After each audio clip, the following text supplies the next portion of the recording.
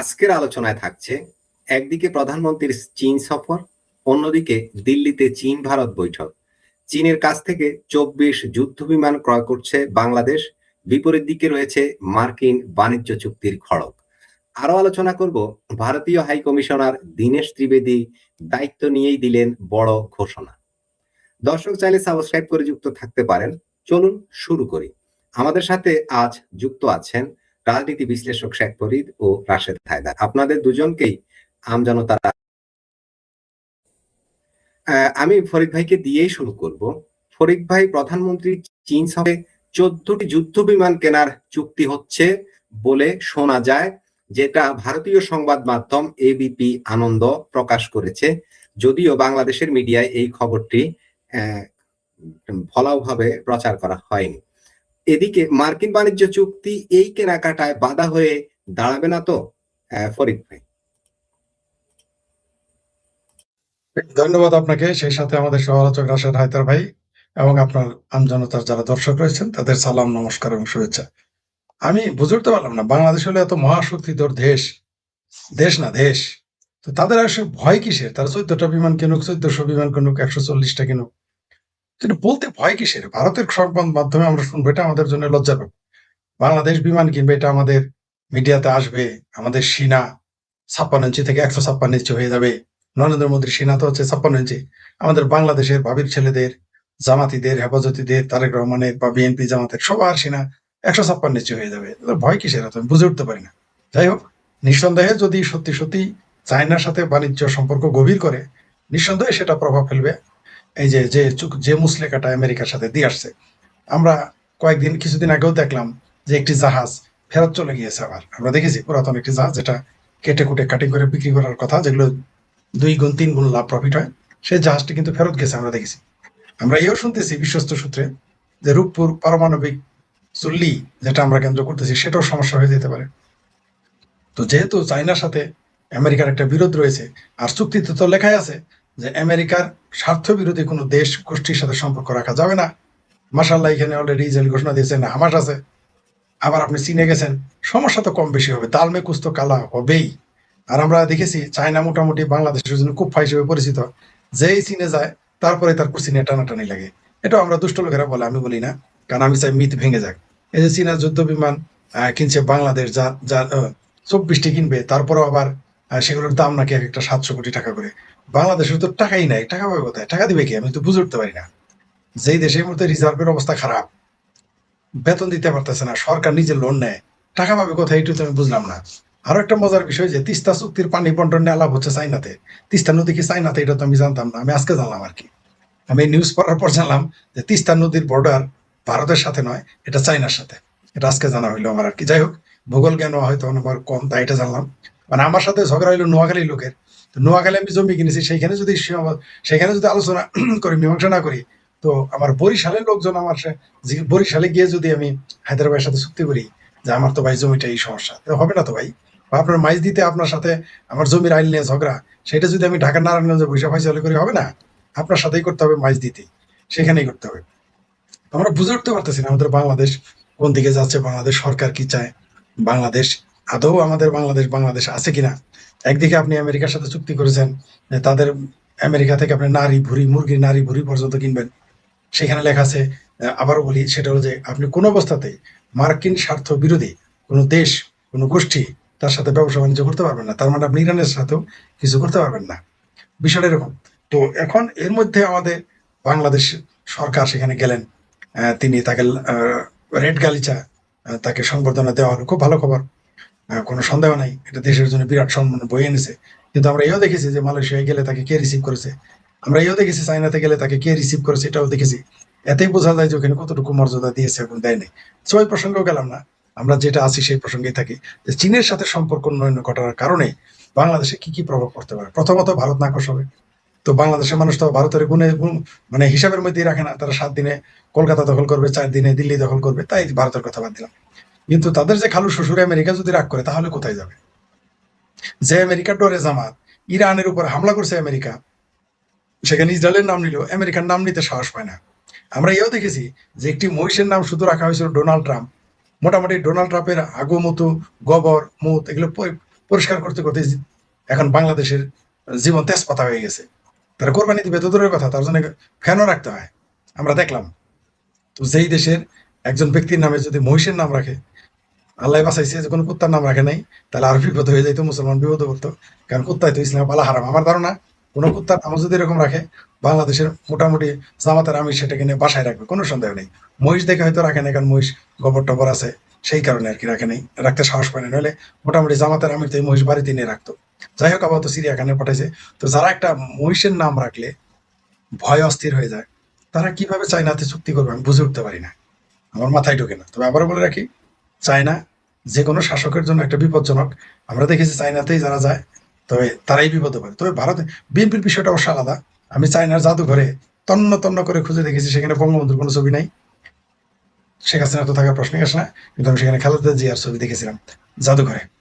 ঠিক আছে, ঠিক যেমন আপনার ইন্দিরা গান্ধী স্মৃতি জাদুঘরে আপনি গিয়ে সেখানে বঙ্গবন্ধুর ছবি পাবেন, ইভেন এরশাদের ছবি পাবেন, জিয়ার ছবি পাবেন না। তো এগুলো অনেক কিছুই সিমটম, এগুলো এগুলো একটা কিন্তু সিমটম, এগুলো একটা মেসেজ দেয়। যেমন আপনি আম, ইন্দিরা গান্ধী স্মৃতি জাদুঘরে আপনি জিয়ার ছবি পাবেন না, চায়নার জাদুঘরে আপনি গিয়ে খালেদা জিয়ার ছবি, আমি চমকে গেছি, আমি কি খালেদা জিয়ার ছবি আছে, তাহলে একটু খুঁজে দেখি বঙ্গবন্ধুর ছবি আছে কিনা, হারিকে লাগে খুঁজে পাইনি। তো তার কারণে হয়তো ভারতের চায়নার সাথে সম্পর্ক একটু ভালো থাকতেই পারে, কিন্তু আমেরিকা আর ভারতের ধাক্কায় এই চীনের চুক্তি, মানে আমাদের জামালের ভাষা দিতে বলে চিত্তরে পড়ে না গেলে হয়। এখন অপেক্ষা করেন, আমরা অপেক্ষা করি, দেখতে থাকি কি ঘটে। ধন্যবাদ।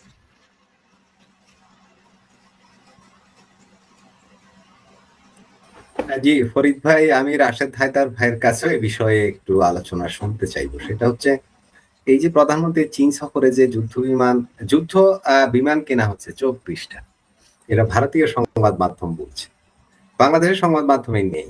এখন মূলত যেটাই হোক, যদি এমন চুক্তি হয়, 13টা স্বাক্ষর হয়েছে আমরা যতদূর জানতে পেরেছি, সমঝোতা স্মারক।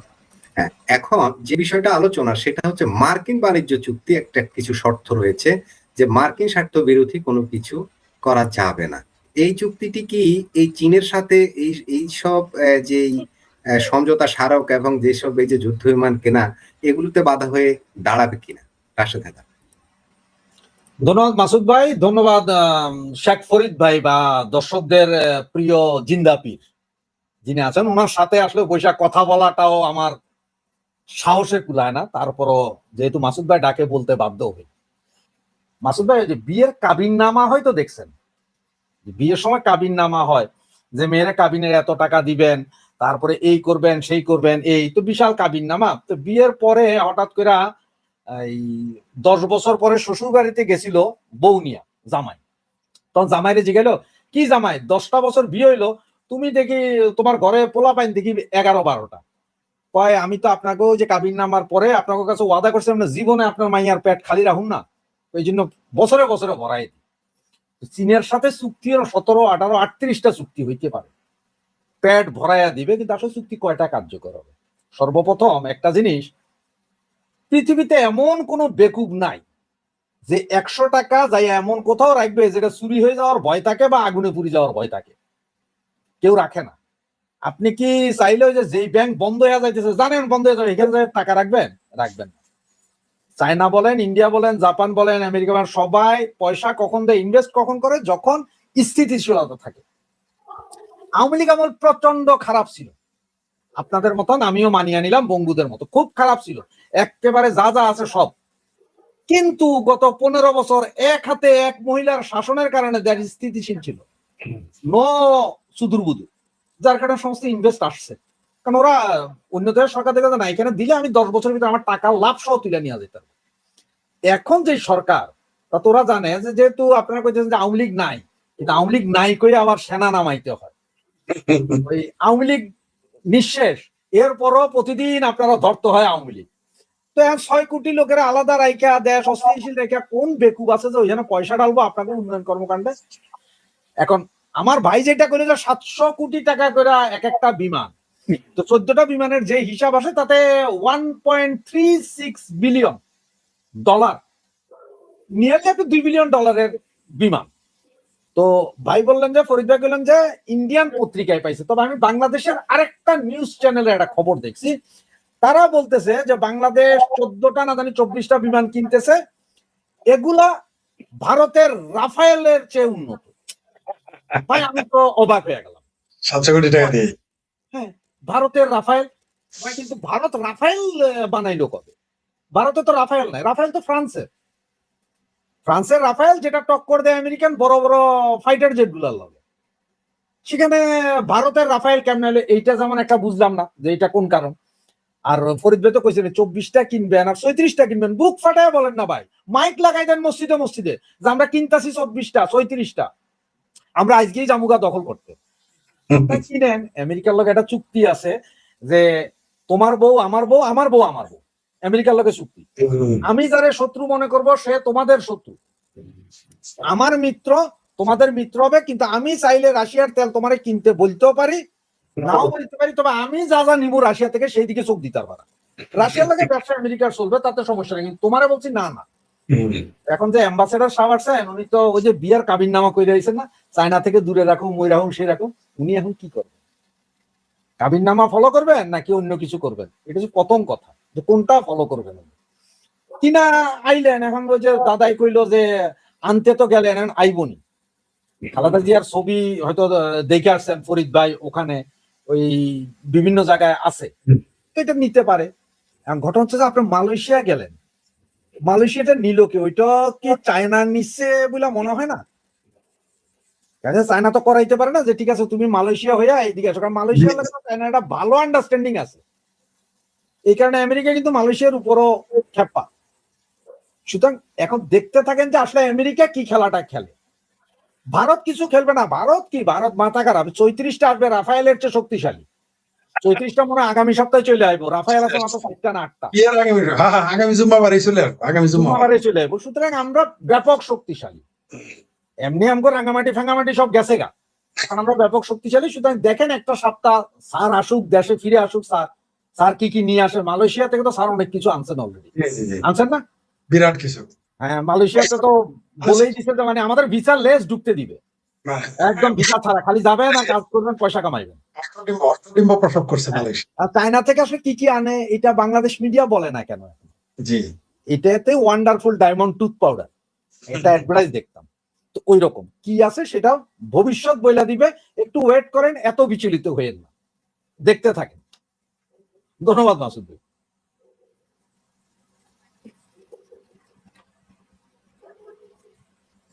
আপনাকে শোনা যাচ্ছে না, আনমিউট করেন। বুঝতে পারছি মাসুদ ভাই শুনতে পারবে না, তার আগে আমাদের বলতে হবে, নাহলে দর্শক খেয়ে যাবে। মাসুদ ভাই আপনার শোনা যাচ্ছে না। আমার কথা কি এখনো শোনা যাচ্ছে না? এখন শোনা যাচ্ছে। জি বলেন বলেন। হ্যাঁ, শোনা যাচ্ছে। মানে আমার ওইখানে বিদ্যুৎ ব্যয় আমরা ভাবছিলাম শোনা গেলে আমরা নিজেরাই শুরু করতাম, টেনশন করবেন না। হ্যাঁ, এই কারণে ওই একটু ডিস্টার্ব হয়। যাই হোক, যে বিষয়টা নিয়ে কথা বলতে চাচ্ছি সেটা হচ্ছে দিল্লিতে ওয়াং ই এর সাথে অজিত দোভালের বৈঠক হয়েছে। শোনা যাচ্ছে চীন ভারত সম্পর্ক স্বাভাবিক হচ্ছে। বাংলাদেশে মার্কিন আধিপত্যবাদ রুখতেই কি এই সম্পর্ক স্বাভাবিক করা? এদিকে ভারতীয় হাই কমিশনার দীনেশ ত্রিবেদী দায়িত্ব নিয়েই ঘোষণা দিলেন ভিসা চালুর, টুরিস্ট ভিসা চালুর ঘোষণা দিয়ে দিলেন অলরেডি, এবং তিনি এও বললেন যে সীমান্ত সমস্যাও সমাধান হবে। এই বিষয়গুলো আসলে কোন দিক থেকে কি হচ্ছে ঠিক বুঝে উঠছি না। ফরিদ ভাই, আপনার কাছ থেকে শুনবো। ধন্যবাদ আপনাকে আবারও। তাহলে যে বাংলাদেশের সব চমৎকার খবর আসতেছে প্রতি মুহূর্তেই। আমরা 3-4 ঘন্টা আগে শুনলাম ভিসা দিবে, 3-4 ঘন্টা পরেই শুনলাম যে সীমান্ত সমস্যার সমাধান হচ্ছে। তারপর ওইদিকে অজিত দোভালের যে সাথে মানে ভারতীয় কর্মকর্তাদের সাথে চীনের যে বৈঠক চলতেছে প্রকাশ্য এবং গোপনে, সেই খবর আমরা আগেই জানি। তো আসলে কি যে হচ্ছে আর কি যে হচ্ছে না বোঝা বড় মুশকিল। কারণ ওই যে শিল পাটায় ডলাডলি মরিচের কর্মশালা। এখন কোনো কারণে যদি চায়নার সাথে ভারতের প্রীতি গাইটে প্রীতি আবার স্বাভাবিকরণ হয়, কেউ কাউকে বিশ্বাস করবে না, এটাও আমরা আবার জানি। কেউ কাউকে দোস্তি, চীন এবং ভারতের যে সম্পর্ক সেটা দোস্তি পাক্কা খরচা আপনা। চীনের সাথে ভারতের যে সম্পর্ক টোটালি বাণিজ্যিক। এখন যেহেতু এই মুহূর্তে বাংলাদেশের প্রধানমন্ত্রী চায়নাতে গিয়েছে, চায়না জানে ভারত এই মুহূর্তে একটু গোসা করবে, এটাই স্বাভাবিক। তাই গোসা থামানোর জন্য নিশ্চয়ই কোনো না কোনো আলোচনা হবে, যে আলোচনা কোনোদিনই তারেক রহমান সাহেব জানতে পারবেন, আমরাও জানতে পারবো না, এটাই স্বাভাবিক। কারণ বড় বড় 7 গায়ের মন্ডল আর 1 গায়ের মন্ডল, ফাত্রা মন্ডলের সাথে তো পার্থক্য আছে। যিনি 7 গায়ের আর হলো 7 গায়ের মন্ডল, তারা তলে তলে কি আলোচনা করবে এটা তারা আমরা জানতে পারবো না। তবে বোঝা যাচ্ছে যে চাইনাও চিন্তিত যে যাতে ভারত গোস্বা না করে, এটা আমরা বুঝতে পারছি। কিন্তু আমার কাছে আবার না, যে ভারত যে ভিসা দিল, এটা আমার কাছে কেমন কেমন যেন মনে হচ্ছে। বাংলাদেশ যেমন বেশি উজাইছে, একটু আগে একটা পোস্ট দিয়েছি যে অতি বড় হয়েও না, ঝড়ে ভাঙবে মাথা, অতি নিচা হয়েও না, ভেড়াই খাবে পাতা। তো আমার কেন যেন এটা মনে হয় যেন বাংলাদেশ এত উজাইছে, অনেকটা এত লম্বা হয়ে যাইতেছে যে ঝড়ে মাথা ভেঙে যেতে পারে। আমার মনে হয় ভারত কিছুটা নিচু হয়েছে, আমার ধারণা। এটা কিন্তু ভারতের জন্য, কারণ এমনিতেই বাংলাদেশের বাঙ্গুরা, বাংলাদেশের জামাতি হেফাজতি, পেয়ারা পাকিস্তানি, তুরস্কের দালাল, যারা যারা নিজের বাংলাদেশে থেকে মনে করে তারা সব পাকিস্তানি, কেউ আরব, কেউ তুরস্ক, তারা হয়তো ভাবতে পারে, এটা ভাবতে পারে। আমি বলছি না যে ভাববে বা ভারত ভুল করছে তা বলে, কিন্তু এরা ভেবে নিবে যে ভারত ঠকে গেছে। যারা নাকি বাংলাদেশ থেকে বলে যে ইরান জিতে গেছে, মানে টপ লেভেল থেকে শুরু করে পিয়ন পর্যন্ত মেরে ফেলতেছে এবং ডিক্লেয়ার দিয়ে মেরে ফেলে, তারপরেও বাংলাদেশের মানুষ বলে ইরান জিতে গেছে, তেহরানের কষাইটা জিতে গেছে। তো সেই জায়গায় ভারত যখন ভিসা দিয়ে দিল, সীমান্তের সমস্যার সমাধান হয়ে যাবে। এখন বাংলাদেশের আমার ভাবির পোলারা বলবে ভারত ডরাইছে। যদিও ভারত এখানে তার ভিন্ন কৌশল অবলম্বন করবে, কিন্তু কখনো কখনো না নিচু হতে হয় না। বেশি নিচু হলে কিন্তু ছাগলের পাতা খাবে, যেমন বড় হলে যেমন ঘাড় ভেঙে ফেলে ঝরে, তেমনি বেশি নিচু হলে আপনাকে ভেড়ায় পাতা খাবে। এত নিচু হওয়া উচিত না। আমি জানি না, ভারত তার অনেক বড় রাষ্ট্র, অনেক বিজ্ঞ তাদের কূটনীতি, কোনো সন্দেহ নেই, তাদের কূটনীতি ওয়ার্ল্ড ক্লাস, কোনো সন্দেহ নেই। কিন্তু আমি একজন বাংলাদেশের একজন প্রখ্যাত নেতার মুখে শুনেছি যে বড় বড় মাথায় মাঝে মধ্যে ছোট ছোট জিনিস ধরে না। এটা আমরা শুনেছি আর কি। এটা বড় নেতা, বাংলাদেশের এক সময়ের সবচেয়ে বড় নেতাদের একজন, তার মুখেই শুনেছি যে বড় বড় মাথায় ছোট জিনিস ধরে না। আমার মনে হয় ভারতের মাথায় বাংলাদেশ প্রসঙ্গে ছোট বিষয় তাদের মাথায় ঢুকতেছে না। তারা আমেরিকা, রাশিয়া, চায়না, কানাডা, ইউরোপীয় ইউনিয়ন, অস্ট্রেলিয়া নিয়ে ভাবতেছে, দুবাই নিয়ে ভাবতেছে। বাংলাদেশ ছোট, তো ছোট বিষয় নিয়ে ভাবতেছে না। কিন্তু মাঝে মাঝে কিন্তু মরাশ আমাকে পা কাটে। ভারতের এই ব্যাপারে অবশ্যই সতর্ক হইতে হবে। নিঃসন্দেহে ভারতের কূটনীতি বিশ্বমানের, তাতে সন্দেহ নেই। কিন্তু কেন যেন আমার মনে হচ্ছে যে এই যে ভিসার ব্যাপারে আমার মনে হয় এবার বাংলাদেশ থেকে মোটামুটি যারা ওই যে গজওয়াতুল হিন্দ করতে যায়, তারাই ভিসাটা আগে করে রাখবে, আমার ধারণা আর কি। তারপরে ওই যে 1 কোটি অনুপ্রবেশকারী গিয়েছে, মনে হয় আরো 1 কোটি ঢুকবে এবার এই সুযোগে। যাই হোক, সেটা পরের অন্য প্রসঙ্গ। তবে আমি চাই যে একটা দেশের সাথে, প্রতিবেশী দেশের সাথে, বাংলাদেশের সাথে যে প্রতিবেশী রাষ্ট্রের সম্পর্ক ভালো হোক, এটা আমি কামনা করি। সেটা আমেরিকা হোক, চায়না হোক, সবার কারণে সবার সাথে সম্পর্ক ভালো থাকুক, কোনো সন্দেহ নেই। কিন্তু আমার উস্তাদে কইছে যে যতই তুমি ভালো হও, সবার সাথে সম্পর্ক রাখা সম্ভব না। সবার সাথে ভালো হওয়া যায় না।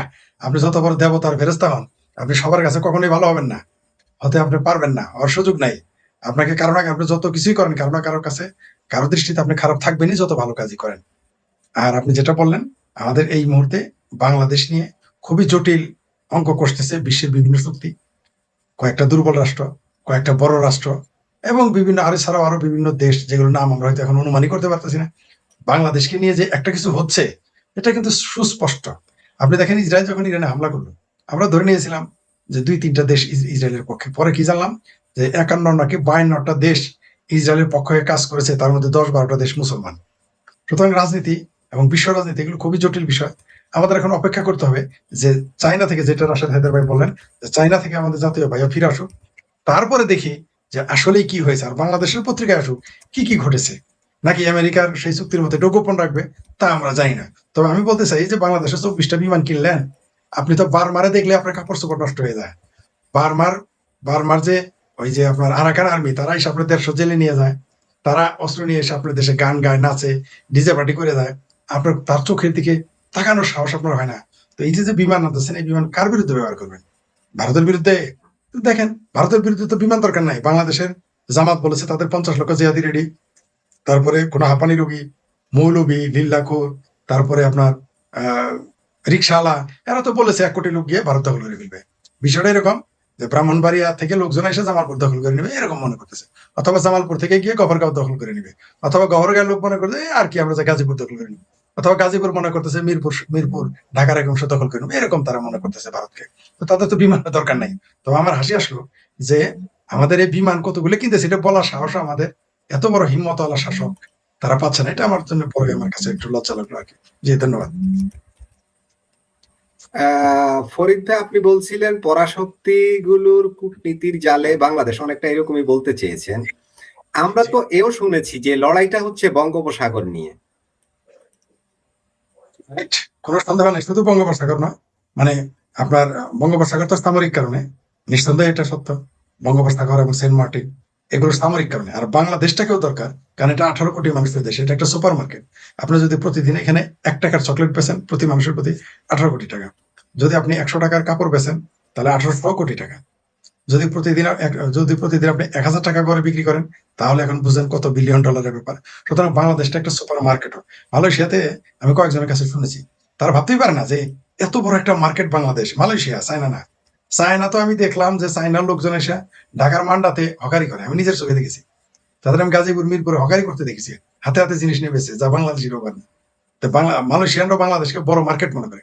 আমি একবার মালয়েশিয়াতে গিয়েছিলাম, যে ব্যবসা বাণিজ্য তো করতে পারতেছি না, ব্যবসা করলেই লস হয়, ব্যবসার একটা চাকরি বাকরি দেন যাতে ভালো আয় করতে পারি। এই লেবারগিরি করতে পারবো না, এমন একটা চাকরি যাতে ভালো আয় করা যায়, মানে একটা বিশেষ চাকরির জন্য গিয়েছিলাম। মালয়েশিয়ার লোকজন আমার কি বলছে জানেন? কই, তোমার দেশে 18 কোটি মানুষ, একটা পণ্য বিক্রি করলেই তো তুমি মিলিয়নার হয়ে যাইতে পারো 2 বছরে, 1 বছর, সরি সরি বলছে, বছরে বছরে তুমি মিলিয়ন মিলিয়ন টাকা ইনকাম করো, ডলার ইনকাম করতে পারো। তোমরা কেন মালয়েশিয়া আসো? কয়, তুমি তো আর এই সাধারণ শ্রমিকের মতো না, তুমি কেন আসো? আমি অবাক হয়ে গেলাম, মানে মালয়েশিয়া গিয়ে জানলাম যে বাংলাদেশে মিলিয়নার হওয়া যায় বিজনেস করতে। ইভেন চাইনাতেও আমি শুনেছি, চাইনাতে গিয়েছিলাম, ওরা বলেছে কয়, তোমাদের বাংলাদেশ তো সুপার মার্কেট, তোমরা চাইলেই তো ধনী হয়ে যেতে পারো। তো এইটা বাংলাদেশ একটা সুপার মার্কেট। পাশাপাশি আরেকটা আছে, যে বহু সুদূর প্রসারী পরিকল্পনার কারণে বাংলাদেশের মৌলবীদের জঙ্গিবাদে ব্যবহার করার জন্য, আর এরা ব্যবহৃত হয়েই থাকে, মানে এরা ব্যবহৃত হওয়ার জন্য রেডি। মানে এরা শুধু কি, ওই যে আমাদের একটা বাংলা প্রবাদ, ফরিদ ভাই আমার একটা ছিল প্রশ্নে, এটা ছিল যে এই যে দিল্লিতে ওয়াং ই এবং অজিত দোভাল যে বৈঠকটা করলেন, এদিকে তো আমাদের প্রধানমন্ত্রী আছেন চীনে। এখন এই যে এই বৈঠকটা কি বাংলাদেশে মার্কিন আধিপত্যবাদ রুখতেই কি তাদের এই সলা পরামর্শ? কারণ এখানে মার্কিন যুক্তরাষ্ট্র প্রভাব বিস্তার করুক, এটা যেমন চীন চায় না, ভারতও চায় না।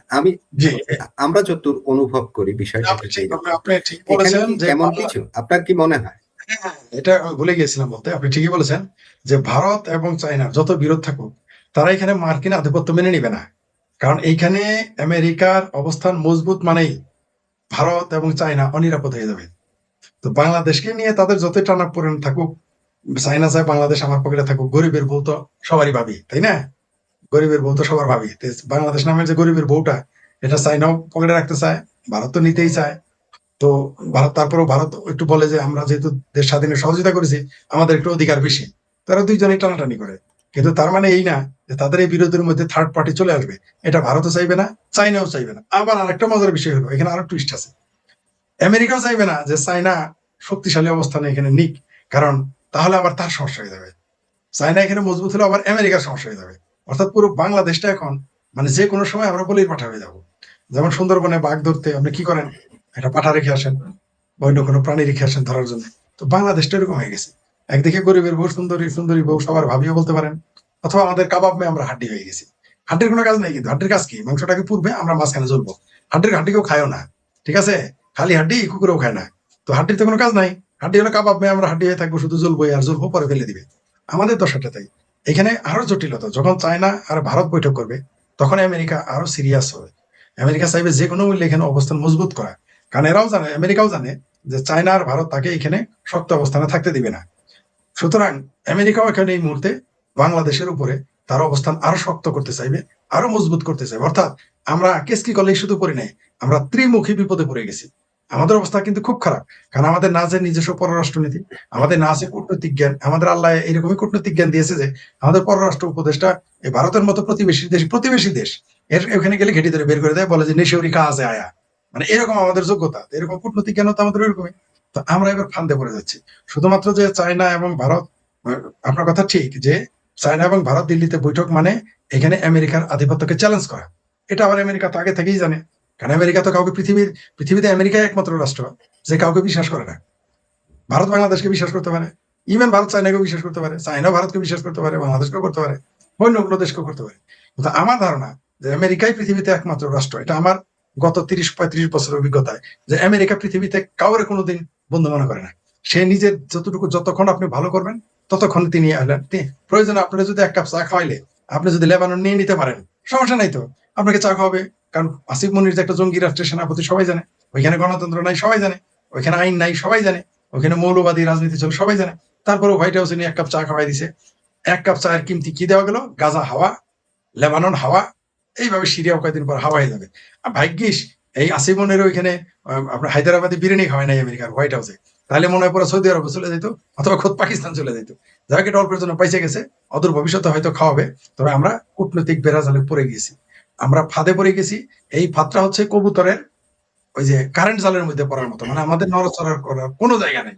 আমরা এখানে বলির পাঠা হয়ে যাচ্ছি, সেটা ভারতের কাছে হোক, চায়নার কাছে হোক, আমেরিকার কাছে হোক, তুরস্কের কাছে হোক বা অন্য কোনো দেশের কাছে হোক। আমরা একটা ফাঁদে পড়ে গেছি। এই ফাঁদ থেকে বেরোতে আমাদের অত্যন্ত দক্ষ কূটনীতিক দরকার, অত্যন্ত দেশপ্রেমিক নেতা দরকার। এছাড়া বেরোয়ার কোনো পথ আমি দেখতেছি না। আমাদের কপালে মানে শেষ মুহূর্তে আমরা কাবাব মে হাড্ডি হয়ে যাবো। লাভ ওই চায়নার হবে, লাভ ভারতের হবে, লাভ আমেরিকার হবে, মানে ক্ষতি আমাদের। জি জি, ফরিদ ভাই, রাশেদ হায়দার ভাইয়ের কাছেও আসি ঠিক এই বিষয়টা নিয়ে, যে দিল্লিতে ওয়াং ই এবং অজিত দোভালের বৈঠক বেশ রহস্যজনক। এখানে খবরে যেটা আমরা পেয়েছি সেটা হচ্ছে চীন ভারত সম্পর্ক স্বাভাবিক হচ্ছে, অনেকটা এরকম। মানে তাদের মধ্যে যে শত্রুতা ছিল, এখন এই যে তারা যে বৈঠক করছে বা তারা যে তাদের সম্পর্কটা স্বাভাবিক হচ্ছে, মার্কিন যুক্তরাষ্ট্রকে ঠেকানোর জন্য এই দক্ষিণ এশিয়ায়, নাকি এর পিছনে অন্য কিছু আছে? রাশেদ হায়দার। এটা বাংলা একটা কথা আছে, শত্রু শত্রু আমার মিত্র। ভারতে অজিত দোভাল এবং চায়নার যিনি বৈঠক করেছেন, উনিও হচ্ছেন যে আপনার চায়নার নিরাপত্তা উপদেষ্টা, নিরাপত্তা বিষয়ে কাজ করেন উনি। চায়নার গভর্নমেন্টের খুব হাই লেভেল একজন, সেম টু সেম অজিত দোভালের সমপর্যায়ে ওনারা বসছেন বৈঠক করতে। ফরিদ ভাই আগেই বলে দিছে যে কেন এই বৈঠক।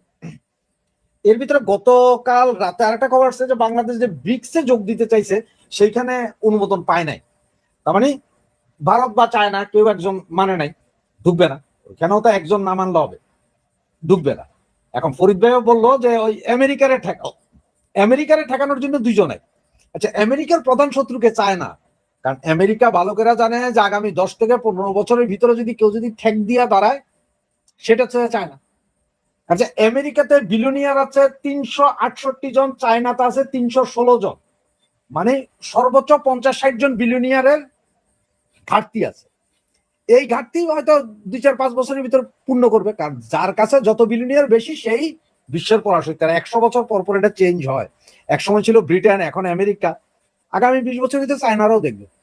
আমেরিকার মাথা ব্যথা চায় না, অন্য আর কেউ না। হ্যাঁ, ভারতের পাশে টানতেই হবে চায়না, কারণ সে চায়না খুব ভালো করে জানে যদি ভারত যদি আবার আমেরিকার দিকে ঝুঁকে তাহলে সমস্যা। দেখেন, ফরিদ ভাই তো বললো আমাদের 18 কোটি বা 20 কোটি মানুষ, আমরা সুপার মার্কেট। ভারত কিন্তু 140 কোটির দেশ, ওইটাও সুপার মার্কেট। ওইখানেও চাইনিজ প্রচুর মাল যায়, অল্প স্বল্প মাল না। বাংলাদেশের সাথে ভারতের যে ব্যবসা বাণিজ্য আছে $14 বিলিয়ন বছরে, আমরা রপ্তানি করি 2 বিলিয়ন, আনি 14 বিলিয়ন। ভারত আবার চায়না থেকে আনে 100 বিলিয়ন, ভারত পাঠায় হতো 60 বিলিয়ন। রাইট। এই যে আপনি বাংলাদেশ তারেক ভাইয়া যে গেলেন, রাশেদ হায়দার ভাই, আপনাকে একটু ডাটা দেই। এই সময়ে, বর্তমান সময়ে এসে ভারতের সাথে বাংলাদেশের বাণিজ্য ঘাটতি কিন্তু আগের সরকারের তুলনায় অনেক বেড়ে গেছে। এখন এই 1 থেকে 1.25 বিলিয়নের রপ্তানি হয়, যেটা আগে হতো 3 বিলিয়নের। আর আগে আমদানি হতো 9-10 বিলিয়ন, এখন সেটা চলে গেছে 15-16 বিলিয়নে, এবং সেটা এই 26 সালের শেষ নাগাদ যায় 23 থেকে 25 বিলিয়ন হবে। অর্থাৎ ভারতের সাথে আমাদের বাণিজ্য ঘাটতি হয়ে যাবে 14-15 বিলিয়ন। ভারতের সাথে বাণিজ্য ঘাটতি চিন্তা করেন কেন, আমরা চায়নার সাথে কত বিলিয়ন ডলারের বাণিজ্য ঘাটতি আছে সেটা একবার চিন্তা করেন।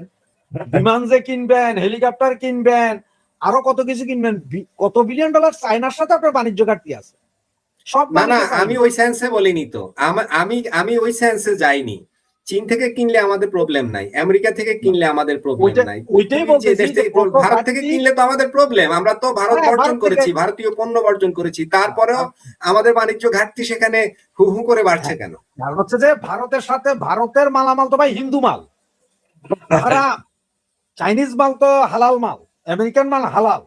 এই যে আপনি বলতে ভারতের সাথে আগামীতে 25 বিলিয়ন ডলার যাবে, আর বেশি দিন নাই, আর হয়তো 2 মাস পরে ফেন্সি দিলেও আমদানি করতে হবে পয়সা দিয়া। এতদিন তো চোরা চালা নাই, তেমন তো বর্ডার ঘেরাও করে ফেলাইছে, ফেন্সি দিলেও আমদানি করবেন আপনার।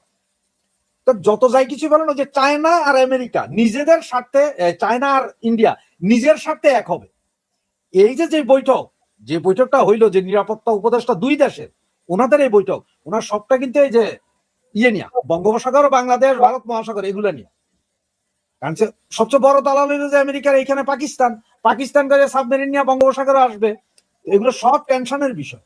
আপনার ভারত বা চায়নার যদ্দূর টেনশন আছে, বাঙালির টেনশন আরো 6 মাস 1 বছর পরে হবে। বাঙালি এখনো বুঝতেছে না। আর ওই যে আপনি কিছুক্ষণ আগে ফরিদ ভাই বললেন যে হয়তো ইন্ডিয়া একটু নতজানু হয়েছে ভিসা। আমার কি মনে হয় জানেন, এই যে ভিসা দিবে, এইটা আজকে কিন্তু বিশাল নিউজ হয়েছে, ভিসা দিবে। কিন্তু কালকে থেকে যদি ভিসা দেওয়া শুরু হয়, ওইটা কি নিউজ হবে যে দৈনিক কতজন জমা দিছে, কতজন পাইছে? কতজন পাই নাই, ওইগুলো নিউজ হবে না। ওইটা নিউজ হবে না। এখন একটা ভিসা, আমি জানি না ফরিদ ভাই বা মাসুদ, আপনি বলতে পারবেন যে ইন্ডিয়ান ভিসা নেওয়ার জন্য কত টাকা দিতে হয়? এটা এমবাসি ফি আছে সম্ভবত, কত টাকা দিতে রিফান্ডেবল? 1 লাখ লোক ধরেন আপনার ভিসা চাইলেন, তার মধ্যে পাইলেন 200 জন। যে 200 জন পাইছেন ওইটার খবর কিন্তু জায়গায় জায়গায় উনি পাইছে, বাকি কিন্তু পায় না। এদের পয়সাটা কিন্তু ইন্ডিয়ার লাভ, বাচ্চা দিব ইন্ডিয়া। আর হয়তো ভিসা দিতেছে কারণ ওখানে কি আপনার কাজের বুয়ার প্রচুর সমস্যা ভারতে। না না, রাশেদ হায়দার ভাই যেটা বলছেন, উন্মুক্ত যখন ভিসাটা খোলে তখন সেটা ব্যাপক হবে। আপনি ধরে নিতে পারেন 95 থেকে 99% আবেদনই ওকে হবে, যদি কারো বিরুদ্ধে ইন্ডিকেশন না থাকে, অপরাধের নানা বিষয় আছে যেগুলো। যখন স্বাভাবিক ছিল তখনই 65 স্বাভাবিক হলে, না, যখন ভিসা স্বাভাবিক ছিল তখনই 65-70 এত দেয় না, কোনোদিনই 90% ভিসা দেয় না। সারা পৃথিবীতেই তো আমাদের ভিসা চাওয়ার অধিকার আছে, সব দেশে আমাদের ভিসা দেয়। তো আমরা 1000 জনে অ্যাপ্লাই করলে আপনার 3 জনে পাই আমেরিকার ভিসা, বাকিরা পাই না। যে 3 জন পাই ওইটা কিন্তু আবার ফলো করে ছাপানো হয় যে অমুক পাইছে, বাকি কারা পায় না। এটা মানে যে নিউজ, প্রথম নিউজ আপনারা সবাই পড়েন যে হ্যাঁ দিচ্ছে, পরে যে কত কান্না, কত অত্যাচার, এইটা কিন্তু আর কেউ দেখি না। কাহিনীটা ওই রকম হবে, দেখে থাকেন এমনি। এগুলো তো সব খেলা। আর আপনি এতটুকু কি মনে করেন না যে অ্যাম্বাসেডরকে দিলেন রাজনীতিবিদ, ওনাকে হঠাৎ করে গতকাল রাতে কেন মন্ত্রী পদমর্যাদার করা হইল? ভারত কি চায়? না, এটাই স্বাভাবিক, কারণ উনি কেন্দ্রীয় মিনিস্টার। সেখানে উনি আসার পরে উনি জয়েন করেননি, উনি অবস্থান করছিলেন ওই তার পদমর্যাদাটা ওকে না হওয়া পর্যন্ত তিনি জয়েন করেননি। ঠিক আছে, উনি তো সচিব লেভেলে, মন্ত্রী তো সচিব লেভেলে এসে উনি এখানে হবে না, সাধারণত। সেই কারণে এইটা আপনাকে কে বলল? এটা আমাকে কেউ বলেনি, এটা লজিক। এটা আমাকে কেউ বলে, এটা লজিক। কারণ যতক্ষণ মিনিস্টার, উনি এখানে এসে সচিব হবেন বাংলাদেশে এসে। না, যতক্ষণ মিনিস্টার ছিলেন ততক্ষণ মিনিস্টার। আপনার এমন কোন আইন নাই যে আপনার মিনিস্টারের পরে আপনার মিনিস্টারই চলে গেলে। ভারতের মন্ত্রী তো রাজ্যপাল হয়েছে, মুখ্যমন্ত্রী না, এরকম তো রেকর্ড আছে। রাজ্যপাল হইতো আরিফ মোহাম্মদ খান, জাস্ট রাজ্যপাল। তিনি মিনিস্টার। একটা কথা আজকে মনে রাখেন, না, রাজ্যপালের অনেক বিশাল মর্যাদা ফরিদ ভাই, ক্যাবিনেট মিনিস্টার মাসুদ ভাই। ওনাকে আজকে মন্ত্রী পদমর্যাদা দিয়ে বাংলাদেশে রাখার কারণটা শুনেন, এটা বইলা দি। ওই যে আমাকে বঙ্গু মুসলমানরা ওই যে কালার সাদা পতাকা নিয়ে আক্রমণে যায় না ইন্ডিয়ান এম্বাসি, ভারত এবার চাইতেছে এই জায়গায় আবার একটা আক্রমণ হোক। তখনই ভারত সারা পৃথিবীতে কইব যে আমরা শুধুমাত্র একজন দেই নাই, কূটনীতিক দিনে মন্ত্রী পদমর্যাদার কূটনীতিক দিছি, তার দিকে আক্রমণ গেছে, তারে নিয়ে গালাগালি হয়েছে, তারে বলছে যে লাথি মেরে বের করে দাও। এগুলো সব ইস্যু করবে। ওই যে যেমন দেখেন না বানাইছে কারে, ইসরায়েলের অ্যাম্বাসেডর পাঠাইছে না ভারতে। ওরে কি খালি ভারতের অ্যাম্বাসেডর করে পাঠাইছে না, দক্ষিণ এশিয়ার সার্জিও গো, দক্ষিণ এশিয়ার ঠিক ওইভাবেই করছে ভারত। এটা খেলা খেলে দিছে, আমি আপনি কেউই বুঝি নাই যে কি খেলাটা খেলছে। এই খেলাটা দেখতে থাকেন। তবে এটা খুবই ডিস্টার্বিং, বলবো না, অ্যালার্মিং, যে চায়না আর ভারত একসাথে বৈশা কথা বলা। যখন তারেক রহমান চায়নাতে আছেন, ওই সময় দুই দেশের হাই প্রোফাইল লোক কথা বলা, ওরা কি বলছেন। এবং আমেরিকা যে চোখ না দিয়ে রয়েছে তা না। ওই যে ফরিদ ভাই কইছে না, 1 কাপ চা খাওয়াইলে যদি টার্কি দখল করে নেওয়া যায়, সুতরাং আমেরিকা হয়তো কইতে পারে যে বাবারে তোরা দুইটাই ঠিকঠাক, তোরা কি চাস? লেবানন 1 কাপ চা খেলে লেবানন নিয়ে নিস, তোরা কি চাস, তোরা চাস কি এইটা বল, তোরা যা চাবি আমি উল্টা যাব। কারণ আমেরিকা তো যে always Trump, always chicken out, তাকো ট্রাম্প চিকেন আউট করবেই। দেখেন না কি হয় আবার। এটা আমার আপনার জন্য অ্যালার্মিং। জি ফরিদ ভাই, একটা কমেন্ট নেই, সেটা হচ্ছে একটা কমেন্ট নেই। আমার তো আজকে কমেন্ট নেওয়াটা একটু সমস্যা হয়ে যাচ্ছে, ওই যে বিদ্যুৎ নেই, এই কারণে আমার নেটওয়ার্ক সমস্যা হয়। আহ, একজন দর্শক বলছেন, বাংলাদেশের অবস্থা ভবিষ্যতে আর্থিকভাবে পাকিস্তানের মতো এবং সামাজিক এবং ধার্মিক দিক থেকে আফগানিস্তানের মতো হবে, মন্তব্য করেছে। উনি যেটা বলেছেন তা এটা তো আমি 5 বছর যাবত আওয়ামী লীগ ক্ষমতায় থাকতে তো বলে আসছি যে বাংলাদেশ একদিন এরকম হবে, তাকেই বলে আসতেছি। এটা তো নতুন না। বাংলাদেশ তো তাই হচ্ছে, পাকিস্তান অর্থনৈতিক ভাবে পাকিস্তান হয়ে যাবে, মানে ভিকারিস্তান, আর মানসিক ভাবে হবে আফগানিস্তান। তো বলে আসতে উনি তো, প্রিয় দর্শক আপনি বলেছেন, আপনার সাথে আমি একমত। আরেকটা জিনিস বলি, আপনার সাথে যখন কথা বলতেছি তখন আমার কাছে একজন মেসেজ করেছে, আমি নিউজটা এখনো জানি না। তিনি লিখেছেন, আমার আমার এখানে একজন বলেছেন, প্রথমে আমি কিন্তু এখনো জানি না, আগে বলে নিলাম, বললেন না যেটা আমি বলছি, আমাকে দর্শক বলেছেন। উনি লিখেছেন যে চীন, চায়না, এই তারেক রহমানকে বলছে পশ্চিমা চশমা, তোমার যে চোখে আমেরিকার চশমা সেটা খুলে ফেলো। তার মানে কথাটা ঠিক আছে, এটা আরো 4-5 ঘন্টা ধরে অনেক কন্টেন্টই হয়েছে এটা নিয়ে। যাই জানি না, একজন দর্শক লিখেছে যে চায়না নাকি তাকে বলেছে যে আমেরিকার পিছ ছাড়ো, ইউরোপের পিছ ছাড়ো, মানে আমার পিছ ধরো। তাহলে এটা যদি বলে থাকে তাহলে তো আমেরিকা ছাড়বে না। আমেরিকার কাছে তো আপনি মুসলেখা, অর্থাৎ আমি তো আগে আপনার কাছে মুসলেখা দিয়ে আসছি, এখন হায়দ্রাবাদের বাড়িতে গেছি, হায়দ্রাবাদের সাথে আপনার বিরোধ। এবার তো হায়দ্রাবাদের সাথে আমি প্রীতি গাইটে করলে আপনি তো আমার ছাড়বেন না, কারণ মুসলেখা তো আপনার কাছে দেওয়া। সুতরাং আসলেই আমাদের বাংলাদেশটা জটিল থেকে জটিলতর হচ্ছে। আর আমরা কি দেখলাম যে আমেরিকা বা চায়না যার সাথে বন্ধুত্ব করে সেই দেশটা জঙ্গি রাষ্ট্র হয়ে যায়, সেই দেশটা অর্থনৈতিকভাবে পঙ্গু হয়ে যায়। আপনি খেয়াল করেন পাকিস্তানের কি পরিণতি। পাকিস্তানের সাথে তো বর্তমান মুসলিম বিশ্বের মধ্যে সবচেয়ে একেবারে গাইঠা পিড়িতে হলো পাকিস্তানের সাথে, কিন্তু এই পাকিস্তানকে তো আমরা কোনোদিন অর্থনৈতিকভাবে উন্নতি হইতে দেখলাম না। চায়নার সাথে পৃথিবীর 2টা অর্থনৈতিক বড় শক্তি, পৃথিবীর top most America, top second China, এই 2টা দেশের সাথে আমেরিকার, পাকিস্তানের এত গাইঠে পিড়িতের ভাই। আমার সাথে যদি 2জন বিলিয়নারের খাতির থাকে, তাহলে তো আমার অন্তত বাড়ি ঘর থাকার কথা, আমার মার্সিডিস থাকার কথা, কারণ আপনারা 2জন বিলিয়নার বন্ধু। তো সেইখানে আমি কিভাবে 5,500 ভিক্ষুক ঘেটি ধরে বের করে দেয়, ধার্মিকস্ত গালা হয়। সারা পৃথিবীতে 90% ভিক্ষুক পাকিস্তানি কেন? তো পাকিস্তান আর চায়না দেখেন, চায়না এত উন্নয়ন, সিপ্যাক নামে কত উন্নয়ন করলো পাকিস্তানের, কিন্তু ফলাফল কি? সেই পাকিস্তান যেই চাকাতে ইসা, তো সেই চায়না, সেই আমেরিকাই তো বাংলাদেশে। তো আমার কাছে কেন যেন মনে হয় আমরা অর্থনৈতিক ভাবে, যে দর্শকটা আপনারা এখানে কমেন্টস করেছেন, অর্থনৈতিক ভাবে আমরা পাকিস্তান হবো, আর মানসিক ভাবে আমরা আফগানিস্তান হয়ে যাবো, এবং অলরেডি এটা হয়ে গেছি আমরা। মানে আমরা আপনি দেখেন বিএনপি যখন ক্ষমতায় ছিল কত বিলিয়ন মজুদ ছিল, আমাদের অর্থনীতি কত বিলিয়নের। শেখ হাসিনা যখন ক্ষমতা ছাড়লো অর্থনীতি কত ছিল। এই মুহূর্তে বাংলাদেশের জিডিপি কত কোথায় নেমে গেছে, এই মুহূর্তে বাংলাদেশের রিজার্ভ করত। এই প্রশ্ন করলেই কিন্তু আমরা দুধ কা দুধ পানি কা পানি হয়। আমরা যদি প্রশ্ন করি, ওই যে রাশেদ ভাই বললেন যে ধরে নিলাম আওয়ামী লীগ খুব খারাপ দল ছিল, শাসক হিসেবেও খারাপ, কিন্তু তার সময় তো চাকরি ছিল, বাকরি ছিল, ফ্যাক্টরি চালু ছিল। কিন্তু এখন তো সেই চালু ফ্যাক্টরি আপনি বন্ধ করে ফেলছেন, নতুন ফ্যাক্টরি তো বহুত দূরের কথা। এই যে আমাদের ভাবির ছেলেদের মুসলেখা সরকার, বাংলাদেশ কিন্তু পৃথিবীর একমাত্র দেশ, যেটা আপনাদের বারবার বলি, যে পৃথিবীর একমাত্র দেশ যেখানে কোনো বিরোধী দল নেই, যেখানে কোনো স্বতন্ত্র দল নেই, সবই সরকারি দল। এই তারেক রহমান সরকারি দল, জামাত হলো সরকারি বিরোধী দল, আর আমার ভাবির পোলার হলো সরকারি স্বতন্ত্র দল। এখানে কোনো বিরোধী দল নাই, পৃথিবীর একমাত্র। এদের এদের আরেকটা নোবেল প্রাইজ দেওয়া, রাজনীতির উপরে যদি নোবেল থাকে তাহলে 10-12টা নোবেল একবার এই মুহূর্তে বাংলাদেশে দেওয়া উচিত। তো এই সরকার, এদের দেখেন আপনার অবস্থাটা দেখেন, এরা কি না বিনিয়োগ আনতে পারতেছে, না দেশি বিনিয়োগ তারা সৃষ্টি করেছে, না কর্মক্ষেত্র সৃষ্টি করেছে। বরং শেখ হাসিনা যেগুলো, এমনকি পদ্মা ব্রিজের পিলারের নিচের মাটি আপনাকে কামড়ায় খাইতে হইতেছে, মাটি আর দুনিয়ার কোথাও নেই।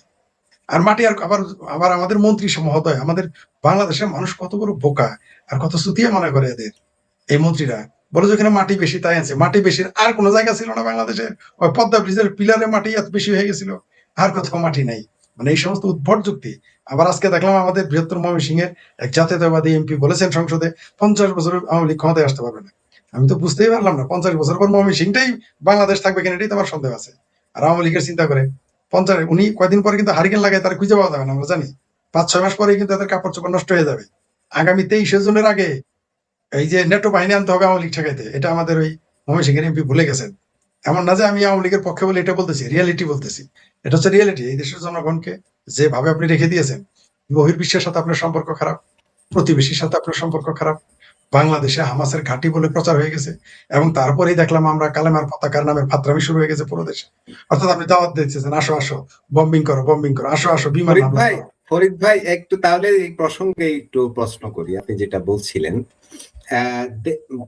আমাদের বাংলাদেশের একজন সিনিয়র সাংবাদিক, ব্লিটস এর সম্পাদক শোয়েব চৌধুরী আজ ফেসবুকে একটা স্ট্যাটাস দিয়েছেন এবং কিছু ছবি শেয়ার করেছেন। তিনি বলছেন, দেশব্যাপী গত কয়েকদিন যাবৎ আল কায়দা, আইসিস এবং হামাসের হাজার হাজার পতাকা ছড়িয়ে পড়ছে। এবার রাজশাহীর এই মালোপাড়া এলাকায় অবস্থিত দারুল উলুম মাদ্রাসা ও এতিমখানায় দেখা গেল এই উদ্বেগজনক দৃশ্য, যেখানে জঙ্গি সংগঠনের পতাকার পাশে রাইফেল উঁচিয়ে ছবি তোলা হচ্ছে, এমনকি শিশুদেরও এসব কাজে উৎসাহিত করা হচ্ছে, যা এর আগে আমরা আইসিস কিংবা হামাসের ক্ষেত্রে দেখেছি। এটা শোয়েব চৌধুরীর ফেসবুক স্ট্যাটাস এবং তিনি কিছু ছবি শেয়ার করেছেন। ছবিগুলো যদি একটু দেখাই, এই ছবিগুলো সালাউদ্দিন শোয়েব চৌধুরীর ফেসবুক পোস্ট থেকে কালেক্ট করা। প্রশ্ন হলো, আসলে কোন দিকে যাচ্ছে বাংলাদেশ? আমাদের এক দর্শক বারবার কমেন্ট করছিলেন যে বাংলাদেশে কি খুব শীঘ্রই শরিয়া আইন চালু হচ্ছে? ফরিদ ভাই, দোয়া করতেছি বাংলাদেশ শরিয়া আইন চালু হোক, কারণ প্রথমে মরবো মৌলবীরা। যদি সত্যি শরিয়া আইন চালু, প্রথমে মৌলবীরা পালে পালে পালে পালে মারা যাবে। আমি তো দোয়া করতেছি এখন, আগে শরিয়া আইন বিরোধী আমি দোয়া করতেছি করেন শরিয়া আইন চালু করেন। প্রথমে তো বলৎকারী মৌলবীদের আগে মসজিদের সামনে মাদ্রাসার সামনে পুইতে ওদের পাথর মেরে মারতে হবে, প্রথম কাজ। আবার আমি যতদূর জানি যে ইসলামী আইনের সমগামী যারা, তাদের নাকি আগুনে পুড়ে মারতে বলে। তাহলে মোটামুটি দুযোগে যাওয়ার আগে বাংলাদেশের সকল মসজিদ এবং মাদ্রাসার মৌলবীরা প্রতি সপ্তাহে দুযোগে যাওয়া শুরু করবে পৃথিবীতে থাকতেই। আমি তো চাইতেছি এখন শরিয়া হোক। এই যে বাংলাদেশের না শরিয়া আইন হবে, হওয়া উচিত। একটু শিক্ষা দরকার আছে। যেমন এই যে আওয়ামী লীগ সরকার না থাকলে কি হয় এবার একটু বুঝছে বাংলাদেশের জন্য, একটু শরিয়া নিক, তারা বুঝুক কেমন লাগে। এই যে দামি বন্দুক নিয়ে তারা দাঁড়িয়ে আছে, মেসেজটা কি গেল পৃথিবীতে? অর্থাৎ ইসরায়েলের যে দক্ষিণ এশিয়া বিষয়ক রাষ্ট্রদূত যে মেসেজটা দিয়েছেন যে বাংলাদেশে হামাসের ঘাঁটি আছে, এটাই তারা সাক্ষী দিয়ে দিল। অর্থাৎ সাক্ষীও সবল, ঘটনাও সত্যি, এটা প্রমাণ করে দিল। মানে সারা পৃথিবীর মানুষ চিন্তা করে কিভাবে নিজেদের নেগেটিভ বিষয়গুলো আমরা ঢেকে রাখবো। বাংলাদেশে একমাত্র দেশ যেখানে তাদের নেগেটিভ গুলো পৃথিবীর সামনে তুলে ধরার জন্য মরিয়া হয়ে থাকে।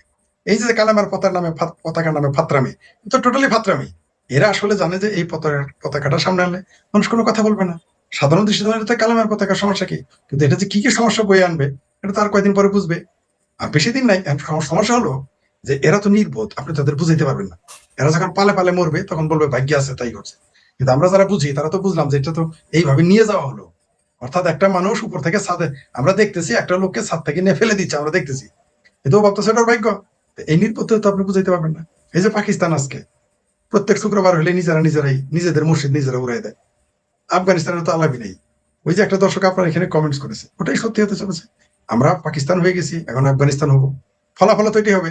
আপনি যদি পাকিস্তান হন, আফগানিস্তান হন, ফল কি হবে? মান্দার গাছে তো আর আপনি আপেল পাবেন না, মান্দার গাছে তো আর আঙ্গুর কমলা পাবেন না। মান্দার গাছে কাটা, আর পাতাটাও কাটালা পাবেন। মান্দার গাছ তো চিনালাম করলে কাটালা পাতা, খোঁজা খোঁজা কাটা হয়, তার বডিতে কাটা, পাতায় কাটা।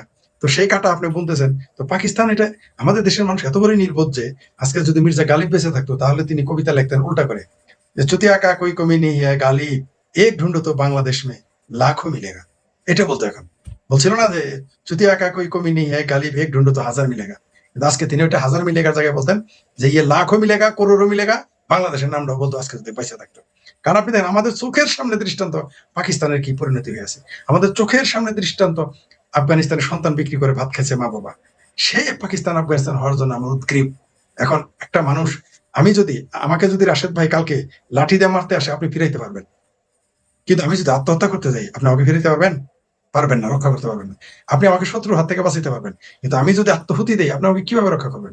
আমার কাছে কেন যেন মনে হয় বাংলাদেশটা আত্মহত্যা করতে যাচ্ছে, সুখে খাইতে ভূতে খেলে দিচ্ছে, ভালো লাগতেছে না। আফগানিস্তান দেখেও শিক্ষা পায় না, তুরস্ক দেখেও শিক্ষা পায় না, সিরিয়া দেখেও শিক্ষা পায় না, লেবানন দেখেও শিক্ষা পায় না, গাজা দেখে তো শিক্ষা পাবেই না। কিছু করার নাই, যে মামুনুলের মতো 501 নম্বরকে লম্পট্ট করবো, পরে ওটা আবার উদযাপন করবে। মানে শরীফে শরীফ এর বেশি না জরি। আল্লাহ আসলে বাংলাদেশের মুসলমানদের আকল নিয়ে নিছে। আর একটা মানুষের জাতির সম্প্রদায়ের জন্য আকল না থাকে তখন ধ্বংস নিবার্য। আমাদের অবস্থা তাই। জি ধন্যবাদ। জি, রাশেদ হায়দার। ফরিদ ভাই ধন্যবাদ। রাশেদ হায়দার ভাইয়ের কাছে আসি। রাশেদ হায়দার ভাই, আপনি আপনার ফেসবুকেও স্ট্যাটাসেও আমি এই ছবিগুলো দেখেছি, আপনি শেয়ার করেছেন। মূলত কোন দিকে যাচ্ছে বাংলাদেশ? এই যে ফরিদ ভাই যেটা বললেন যে ইসরায়েলি রাষ্ট্রদূতের যে মন্তব্য, বাংলাদেশে হামাসের ঘাঁটি আছে, এই মন্তব্যের পরেই কিন্তু এই দৃশ্যগুলো খুব জোরালো ভাবেই কিন্তু দেখা যাচ্ছে। রাশেদ হায়দার। মাসুদ ভাই, এই ছবিগুলো আমি দিছি, এর সাথে আরো অনেকগুলো ভিডিও আছে যেখানে বাংলাদেশের প্রিন্টিং হচ্ছে, এই পতাকা, কালো পতাকা, সাদা পতাকা প্যাকেজিং হচ্ছে, পাঠানো হচ্ছে, এই ধরনের অনেকগুলো ভিডিও আছে, আমার ফেসবুকে গেলে পাবেন। সময়ের কারণে আপনি আগে বললে হয়তো আপনাকে পাঠাই দিয়ে আপনি দেখাইতে পারতেন দর্শকদেরকে। এছাড়া যাত্রাবাড়ি ফ্লাইওভারের উপরে বিশাল কলমে লেখা পতাকা, এবং আপনার মুফতি হান্নান ওয়ার্ল্ড কাপ শুরু হওয়া যেদিন হবে তার আগের দিন ঘোষণা দিয়েছিল, ওনার ফেসবুক পেজে গেলে এটা পাবেন, যে বাংলাদেশের যত জায়গায় ব্রাজিল বা আর্জেন্টিনার পতাকা ঝুলবে সব জায়গায় তোমরা কলমার পতাকা লাগাই। এরপরে শুরু হয়েছে কিন্তু এই ঘটনার পরই যে আপনার ইসরায়েলি রাষ্ট্রদূতের এই কথা। এখন ইসরায়েলি রাষ্ট্রদূত ওরা দেখে মোসাদ, ওরা খবর রাখে কোথায় কি হচ্ছে না হচ্ছে সব, এই মুফতি ইজার বা এরা কি করতে চায়, এদের সাথে কার কার সম্পর্কে সব জানে, এরা সবই জানে। এই খবরগুলা আসছে। এখন আপনারা আস্তে আস্তে ফেসবুকে দেখতেছেন, আজকে যেমন আরো 3টা গ্রামের স্কুলেই অলরেডি কালেমা লেখা পতাকা। এখন আমার যা মনে হচ্ছে কি জানেন, এই পতাকা মনে হয় ঝুললে আমরা সব ডিরেক্ট বেহেস্তে যাবো, এরকমই মনে হয়। আপনি এখানে একটু আগে একটা কমেন্টস লেখছে এক ভাই, আমি পড়তেছিলাম যখন ফরিদ ভাই কথা বলতেছিলেন, উনি লিখলেন যে আজকে স্পেন থেকে ইসরায়েলের রাষ্ট্রদূতকে বের করে দেওয়া হয়েছে, আর তোমরা মানে ফরিদ ভাই, আমি বা আপনি, আমরা এখনো ইসরায়েলের কথাই লাফাই। আমি ওই ভাইরে বলতে চাই, ইউরোপের সবচেয়ে দুর্বল দরিদ্রতম দেশ হচ্ছে স্পেন। হ্যাঁ, সবচেয়ে দুর্বল। কি করলো আর না করলো এটা দিয়া ইসরায়েলের কিছু যায় না। আর সেনজেন কান্ট্রিতে সব দেশে না, যে কোনো একটা দেশে থাকলেই হয়, কারণ ভিসা তো একটা নিবে। কোন ইউরোপিয়ান ইসরায়েল যেতে ভিসা লাগে না, কোন ইসরায়েলির ইউরোপ আসতে ভিসা লাগে না। সোজা কথা হয়েছে এইটা, একদম সোজা কথা। সুতরাং ওইটা নিয়ে আপনারা এত টেনশন হবেন না যে ইয়ে বাইর করে দিছে। যদি কথা কূটনীতিক সম্পর্ক ছিন্ন করছে ফ্রান্স, জার্মান, ইটালি, তাইলে লাফাই তাতো ইসরায়েলের কিছু যায় আসে না, বরং ইসরায়েলের সাথে ইউরোপের এরা যদি করে তাইলে লাফাই এর আগে, বরং ইসরায়েল যদি সম্পর্ক নষ্ট করে। অনেকে দেখি যে এখন ওই যে ইসলামিক জোশ আছে, আপনি যে ছবিগুলো দেখালেন বাংলাদেশে ইসলামিক জোশ, যে মানে কি মুসলিম ন্যাটো করতেছে টার্কি পাকিস্তান মিল্লা, 36টা মুসলিম কান্ট্রি এক হইয়া গেছিল ওই ইসরায়েলের যুদ্ধ করতে। সেইখানে ইসরায়েল 3 দিনে গোলান মালভূমি খেয়ে ফেলাইছে, 36টা মুসলমান দেশ গেছে গা। আপনার এই যে ছবিগুলো দেখাচ্ছেন বাচ্চার হাতে, আপনারা যদি চান আমি আমার বাচ্চাদের ডাইকে না, আপনারা জিজ্ঞেস করতে পারেন, আজ পর্যন্ত কোনো মার্কেটে গেলে তাদের কখনো আমি বন্দুক, পিস্তল, ছুরি, খেলনা এগুলো কিনে দেই নাই। কারণ সেগুলো কিনে দেওয়ার সাথে সাথে আপনার ব্রেইনে একটা কাজ করবে যে এগুলো করতে হবে। তুমি এই বাচ্চাদের হাতে এইসব অস্ত্র দিয়া, কলমের পতাকা দিয়ে অস্ত্র দিয়ে তুমি কি বুঝাইতে চাইতেছো? আজ থেকে 15 বছর আগে কিন্তু পিস্তল ছিল, এগুলো তো ইহুদিদের তৈরি পিস্তল, এই প্রযুক্তি তো ইহুদিদের। তোমরা তো তীর, ধনুক আর পাথর দিয়ে না সংগ্রাম দেখাইবা, এগুলা কেন? এটা বাংলাদেশকে যে কোন জায়গায় নিয়ে যাইতেছে এই ছবিগুলো, আপনি কি মনে করেন শুধু শোয়েব চৌধুরী বা আমি বা ফরিদ এরা দিছে? পৃথিবীর ম্যাক্সিমাম দেশে অলরেডি পৌঁছে গেছে। আপনি যতজন স্ট্যাটাস দিছে দেখেন, সবাই ওখানে হ্যাশট্যাগ করে দিছে ইউএন, সবাই ওখানে হ্যাশট্যাগ করে দিছে ওয়ার্ল্ড মিডিয়া, ওয়ার্ল্ড নিউজ, জাতিসংঘ থেকে শুরু করে সবগুলোতে হ্যাশট্যাগ আছে। ওরা পাবেই এবং এটা পাচ্ছে। আপনি ইসরায়েলি ওই অ্যাম্বাসেডার যা বলছে কোনো ভুল বলে নাই। এটা আমি আপনি এতক্ষণ বুঝতেছি না, ফরিদ ভাই কইতেছে উনি 5 বছর যাবত চিল্লাইতেছে যে বাংলাদেশ ইসলামিক স্টেটের দিকে যাবে। ওই শেখ হাসিনার নামানো হয়েছে এই কাজের জন্য, যে শেখ হাসিনা যতক্ষণ না যাবে এইখানে মৌলবাদীরা মাথাচাড়া মাথাচাড়া দিয়ে উঠলে এই আমেরিকায় কচু কাটা করবে। কারণ আমেরিকার এই দেশের ভূখণ্ড দরকার, নদী দরকার, কিছু একটা করার দরকার। আপনি 4-5 দিন আগে মানে রাশেদ হায়দার বা ইসরায়েল আমেরিকা তখন এখানে জঙ্গি দমন করতে আসবে, যেমনটা তারা আফগানিস্তানে গেছিল। না না না না, কে বলছে আপনাকে আফগানিস্তানে গেছে ওরা জঙ্গি দমন করতে? আফগানিস্তানে জঙ্গি দমন করতে যায় না, ওরা জঙ্গি দমন করতে গেছে মিশরে। ব্রাদারহুড উল্টা লটকে মারছে, ব্রাদারহুডে আনছে না ওরা, এরপর দমনও করছে ওরা। সেম ঘটনা বাংলাদেশেও ঘটাবে, এটা লেখা রাখেন। কপালে বহু দুর্ভাগ্য আছে আমাদের। তালেবান, আল কায়েদা এগুলোও তো সেই আমেরিকাই তো সৃষ্টি করেছিল, ওরাই সৃষ্টি। আমাদের এখানেও তো এমন কিছু সৃষ্টি করবে, তারপর ওদেরকে দমন করতে এসে আমাদেরকে আমাদের এখানে তো সৃষ্টি আমাদের কইরা দিছে অলরেডি। 5ই আগস্টে তো ওই খেলাটা দেখাই দিছে। হ্যাঁ, ভালো কথা। 1 মিনিট আমি একটু আমার সেই ভানুর মতো 2 খান কথা আছে। আপনি বলেন আল কায়েদা তালেবান আমেরিকার তৈরি, কিন্তু তালেবানের জন্য খুশিতে তো বাংলাদেশে মিছিল করে। ইহুদি নাসারা তৈরি, এরা খুশি হয় কেন? এটা তো বুঝলাম না। মানে যখন তালেবানরা হারে তখন আমেরিকা তৈরি, যখন তালেবান জিতে তখন মুসলমানের ইমানদারদের। মানে এইখানেও কিন্তু দুইখান কথা আছে, বাটপারি আছে। এইটা আমি মাননীয় স্পিকার, আমি এখানে পয়েন্ট অফ অর্ডার একটা লিখে দিলাম, এটা একটু মানে নোটে রাখেন আর কি। মানে আমরা সবাই তালেবান, বাংলা হবে আফগান, মিছিল করে না? এটা কি করছে? এটা কি আমেরিকা করাই 90 দশকে এই ধরনের স্লোগান ছিল বাংলাদেশে, আমি শুনি। ছিল না? কোটি কোটি এখনো মানুষ- আছে, এখনো আছে। এখনো আছে। এখনো যখন যখন তালেবানদের মাইর দেয়, তখন বলে কি, কয়টা তো আমেরিকাই বানাইছে, আমেরিকাই মারে। যেই তালেবানরা জিতে, কয় এই যে দেখো মুসলমান কত ইমানদার, আল্লাহ জিতাই দিছে। এটা আমার কি দেখি নাই? যখন আমেরিকা আফগানিস্তান থেকে চলে গেল বাগরাম ঘাটি ছেড়ে, তখন তো মুসলমানরা এটা উদযাপন করেছে। মুফতি মুফতি ওই যে মামুনুলের মতো 501 নম্বর উদযাপন করেছে। হ্যাঁ, তাহলে এটা- মুফতি আন্নান, মামুনুল, এগুলো সবাই তো উদযাপন করছে। আপনি যদি এখন বলেন যে ওটা আমেরিকা, আল কায়দা আমেরিকা, তাহলে আপনি লাদেনকে ঘৃণা করেন না কেন? একটা মুসলমান পাবেন যে লাদেনকে ঘৃণা করে? বাংলাদেশে একটা মুসলমান আমাকে তো দেখেন যে ফরিদ ভাই, আমার কি মনে হয় জানেন, আমার কাছে কিছু ভিডিও আছে বিভিন্ন স্কুলে গ্রামের দিকে পতাকা। একদিন আমার মনে হয় কি জানেন, 1 মাসের ভিতরে আপনি ঢাকা শহর এবং চট্টগ্রাম শহরে বিভিন্ন স্কুল, কলেজ যে আপনি এই পতাকা ঝুলতে দেখবেন, জাতীয় পতাকার উপর। না, রাশেদ হায়দার ভাই একটু ভাই, জি, এই পতাকা যেটা বলছেন কালেমার পতাকা, আমি মনে করি না যে এটা খারাপ, বাট এটা কি মেসেজ দিচ্ছে সেটা নিয়ে আলোচনা করা যায়। মেসেজে আসলে টার্গেটটা কালেমার কি, পতাকা আমি এটা তো পারেন না। আপনি কালামার পতাকা, এটা অবশ্যই খারাপ। আপনি কেন উড়াবেন? আমাকে বলেন আগে কেন উড়াবেন? অন্য পতাকা উড়ান না কেন? এটা কেন এটা আপনি উড়ান? এটা অবশ্যই খারাপ।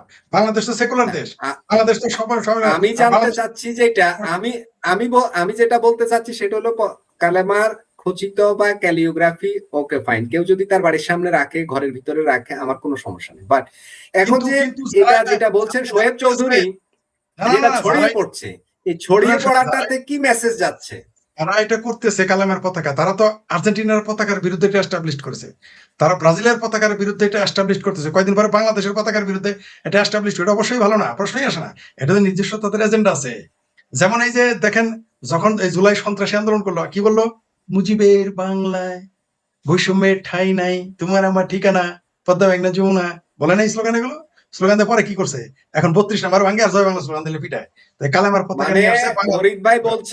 ফরিদ ভাই যেটা বলতে চাচ্ছেন যে পতাকাটা এখন আমরা সাদা দেখছি, সেটা কদিন পর জি জি, এই তো 25-24-এর আন্দোলনের সময়ও কালো পতাকা আমরা দেখেছি।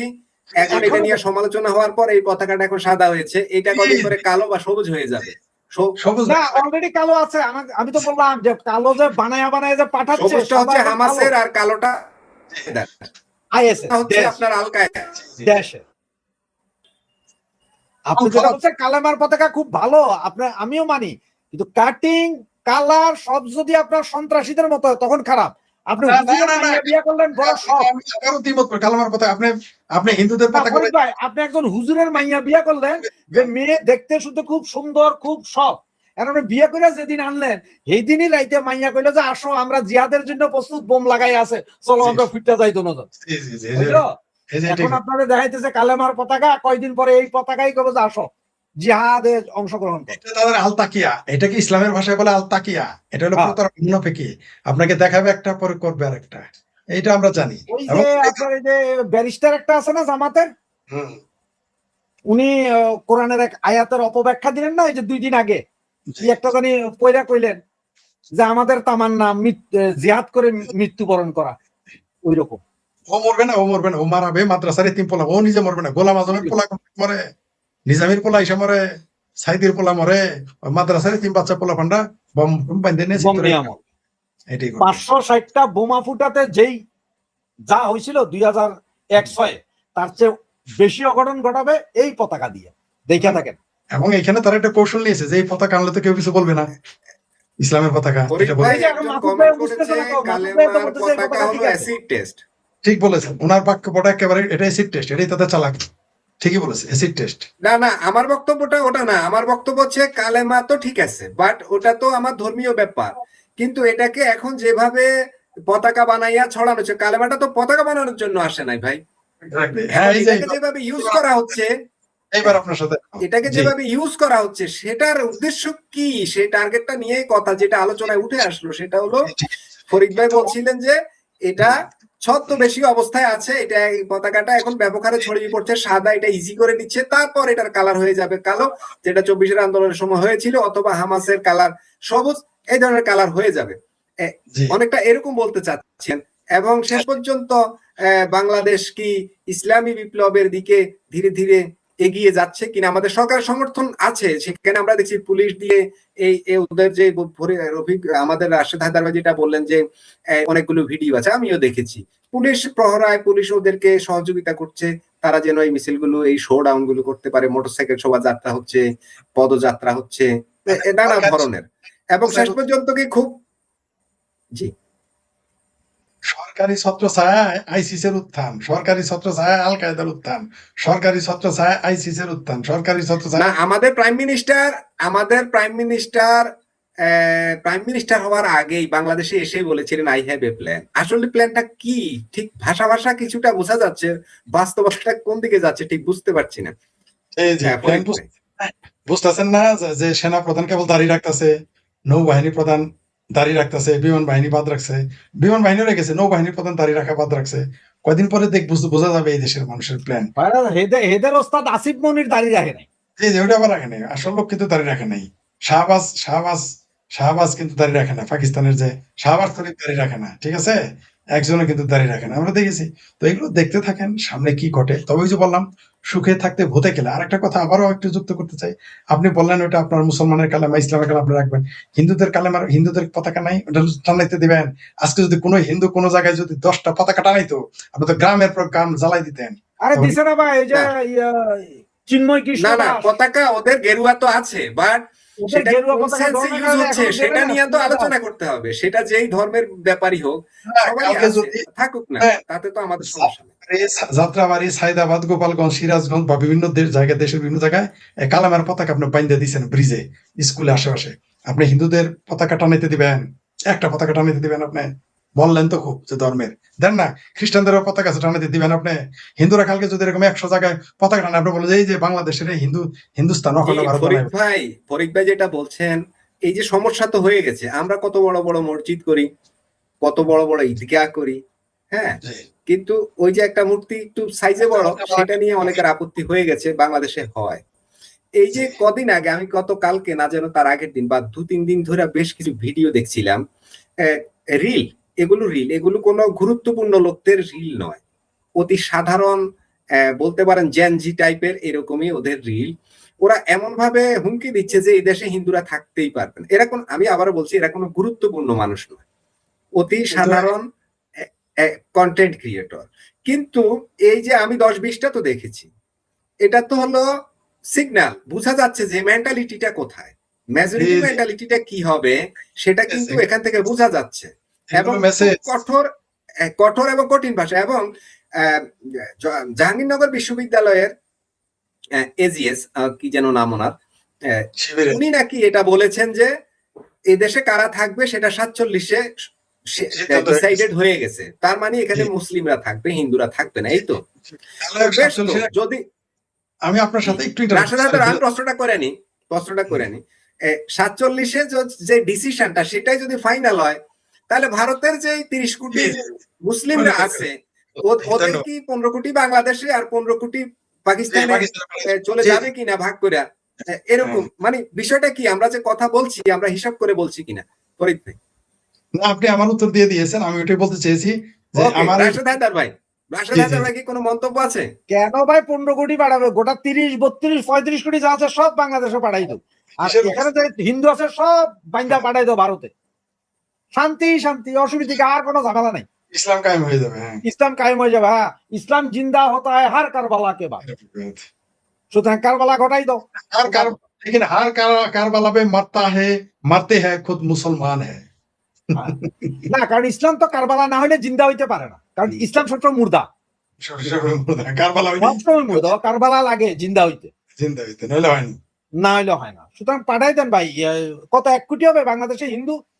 1 কোটি 20 লাখ 15 লাখ, 1 কোটি 20 লাখ। তারপর সেকুলার আছে মানে 2-4 কোটি, তো ধরেন না 5-7 কোটি, সব পাঠাই দাও ভারতে। আর ওই 35 কোটি এগুলার আনো বাংলাদেশে, আর 35 কোটি সহায় সম্পদ যা আছে এগুলা সবাই যে বাংলাদেশ থেকে এখন যেগুলা যাবে এদের দিয়া দাও, সোজা হিসাব ভাই। আপনি এত টেনশন করেন কেন? ভারতের মুসলমান জামাল পীর পাগলা, ডিমের আলী 3টাই কিনে 5টাই বেচে। ভারতের মুসলমানরা যদি আমরা ফরিদ ভাই এই পরিস্থিতি হলে বাংলাদেশের জনসংখ্যা কত হবে? মানে আমরা যে কথা বলি আমাদের কোনো হিসেব জ্ঞান আছে? তাতে কি আমরা শাহজালালের মতো যাই নামাজ বিছায় বঙ্গোপসাগরে বাড়িঘর বানাই ফেলবো? কি বলেন আপনি? এই দেশের অসুবিধা কি আছে?